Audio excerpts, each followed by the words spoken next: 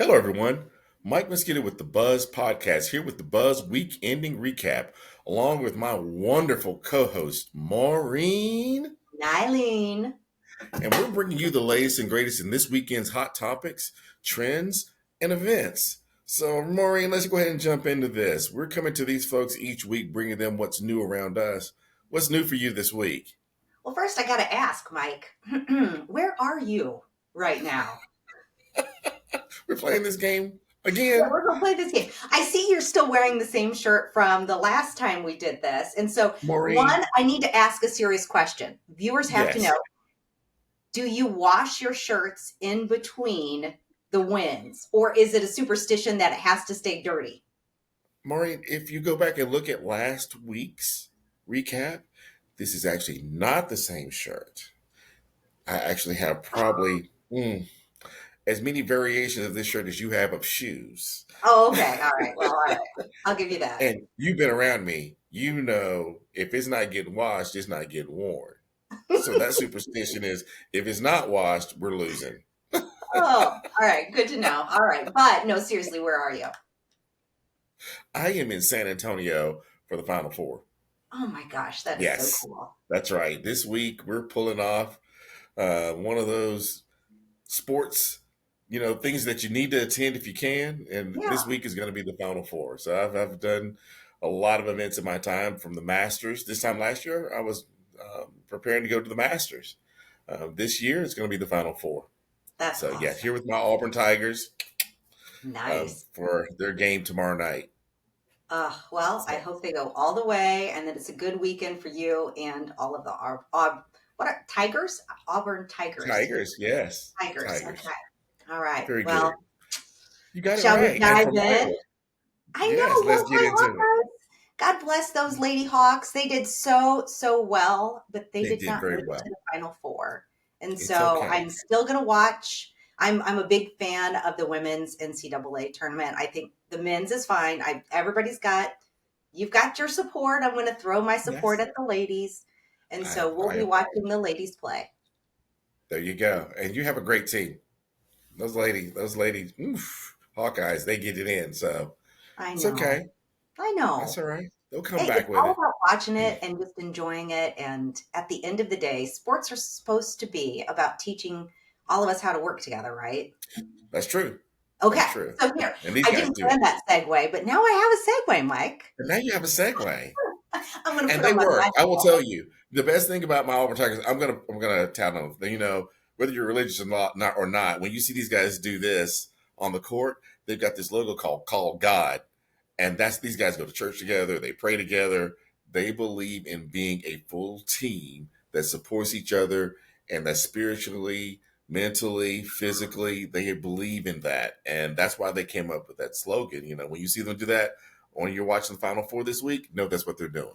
That is awesome. I love Yeah. that. We should all adopt that no matter whether we're playing basketball or we're just doing our I job. can adopt that, but I'm like, hey, get bail money.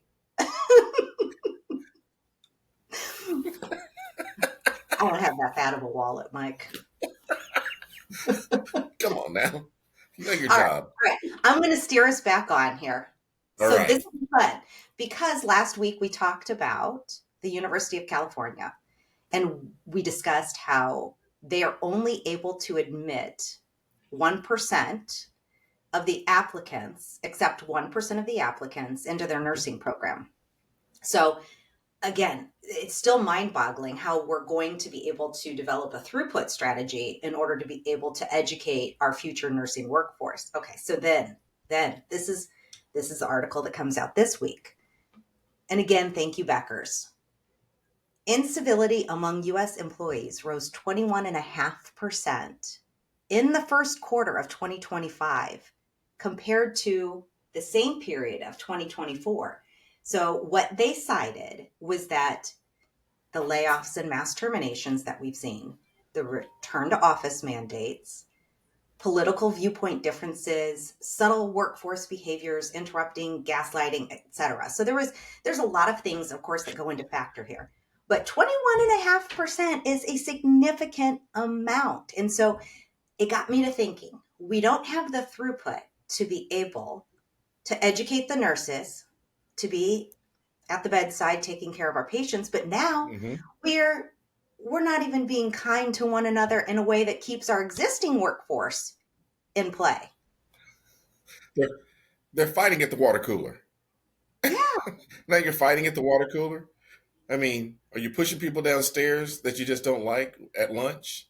And it's crazy that you can see that it's happening outside the workplace and just bleeding over into the workplace. So what we're seeing happen across all of these news networks, on all of your streaming apps, on your infinite scroll, it is now it is now okay to be that way in your workplace. It is okay. Mm, The things that used to be said in the dark and behind doors, it's okay to say in the light now. It has been made okay. And mm, so that's where people start to clash, when opinions diverge, and you're in a place where normally you knew better than to say these things. And now it's been made okay to say whatever you feel, think. And you can do that with zero repercussions. mm. That's just so sad because at I'm the wondering end where of we the go from day, here, because I don't think there's a, right, right. it's, We need to learn how to respect one another, irregardless of whether or not we truly agree on political, gender, sexuality, whatever it is that seems to be sparking these conversations in which people don't feel comfortable in the workplace any longer. Why can't we all just be kind human beings? I don't know. especially to nurses, I know. especially our nurses.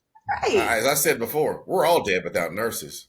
We're all dead without nurses. Yes, doctors go to school for so long to learn to make sure they treat us, but the treatment really comes from the nurses. Let's just be honest. Yeah. And so during COVID, when we were not treating our nurses oh so kindly, that became a problem. I don't think we've ever fixed that problem, to be honest with you. Yeah.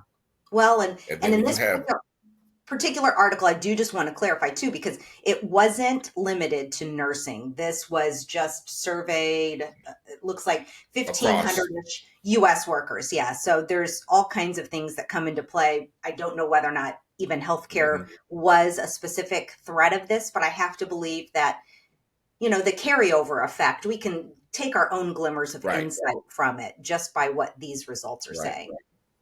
Mm, I would love yeah. to hear from our listeners out there. How many of you are putting up with workplace incivility right now? How many of you are feeling what you're seeing online, what you're seeing in a TikTok videos and Instagram videos, X? How many of you are feeling this, what Maureen's talking about? How many of you are feeling this in your workplace, or putting up with something like this in your workplace, where you've never had to deal with this in your career? Love to Yeah. hear you tag in when we post this. We'll post anything. Again, you're getting a little bit of Dateline, a little bit of TMZ. And so we don't mind posting the truth, the candid truth about what people are going through in their workplace. And you can do it from a point of respect, but also it's the truth that's happening. And your truth is what's happening to you. Hmm. Yeah. And conversely, please tell us if you have a solution that's worked in order to resolve this, because this article also calls out that nearly 3 in 4 workers said that their manager could have done more to prevent incivility. So, what could have been done? I'd also like to know what could have been done in order to not make you feel the way that you felt, because those are the things that we really want to call out, not just call it out for the purpose of discussing it here today, but what are we actually going to do to make this better? Because this is a show that brings you not just the problems, we want to talk about the solutions and who's solving these. Well, I will tell you, I've counseled on some of these in the past, Maureen. I've had friends go through this. I have a friend going through it right now, where the bosses are leaning in where they shouldn't be leaning in. They dig in where they don't need to be digging in. So when are they doing their job if they're digging into places and stirring the pot inside an organization where they shouldn't? And when you lose good people, culture changes, the job changes around a lot of other people, and then the domino effect begins to happen because the veil is lifted then. So Yeah. you no longer wonder, why does it stink in the office? You know where the dead fish is buried. And so I think truth. True. Yes. And on that note, I would love to hear more about what other people's experiences are. Maybe we'll find that this is not the truth. And hopefully we'll have more positive experiences than negative. So, all right, moving on to topic number 2, Mike. Got to get my Let's get magic it. glasses back on again. This one, let's talk Drop about. it on me. So, I have funny math. My So husband funny, knows man. I have funny math. In fact, Boy, if I get something 50% off, it means that I can buy twice as much. It makes sense to me. no. Sadly, though, we know that we don't want to look at our 401ks or our stock portfolios right now because big hit, big hit. Big hit. So, a lot of tariffs that have been introduced by this government have caused a lot of ripple effects. And I think we're seeing this not just in the fact that Mark Cuban, he was talking about how we get half of our generic medications from India. Now they're going to end up having additional tariffs that could be applied there. And they are a cost plus. So whatever their cost is, they're adding a 15% markup. That tariff, guess what, is also going to be passed along to the consumer. So he does a very high level transparency, which is appreciated. So you've got that.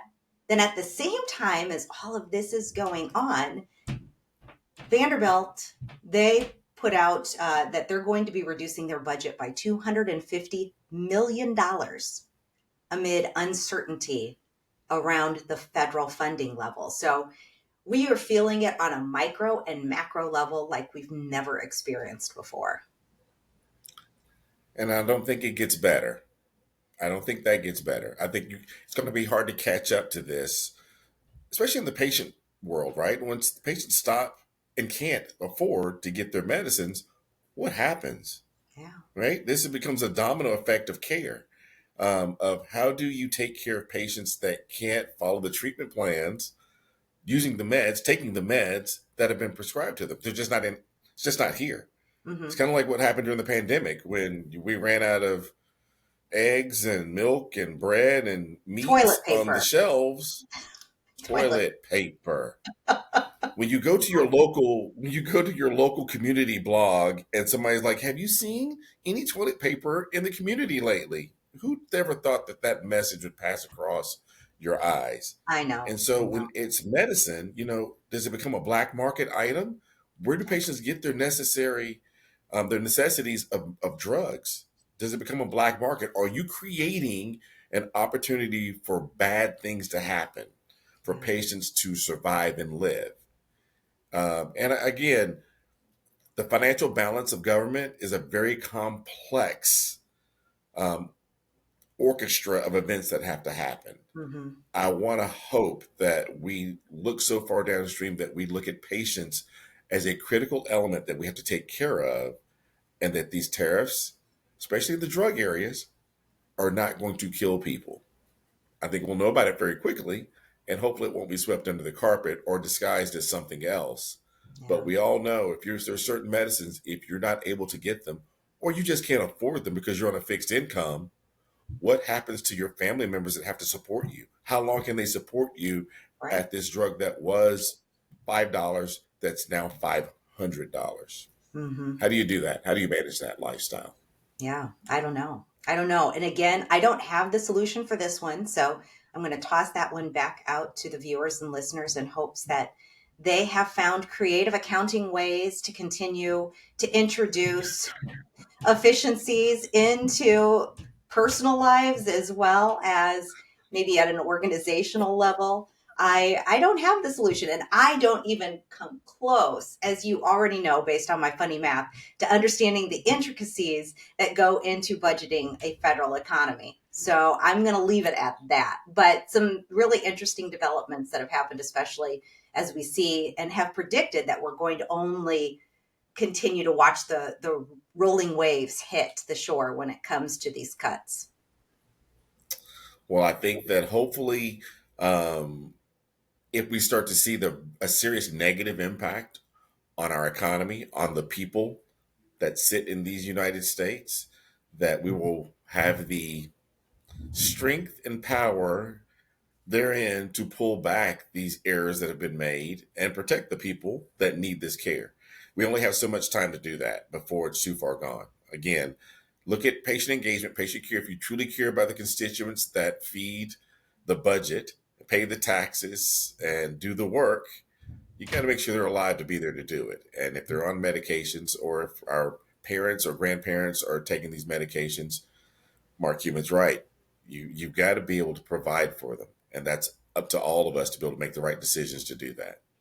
And that's really, I think, the theme of this Friday weekending recap then is we've got to take care of ourselves and we got to take care of each other.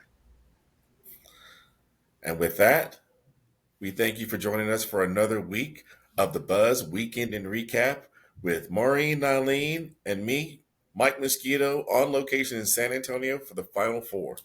I hope you guys have a wonderful weekend, and we look forward to seeing you on our next episode. And keep buzzing.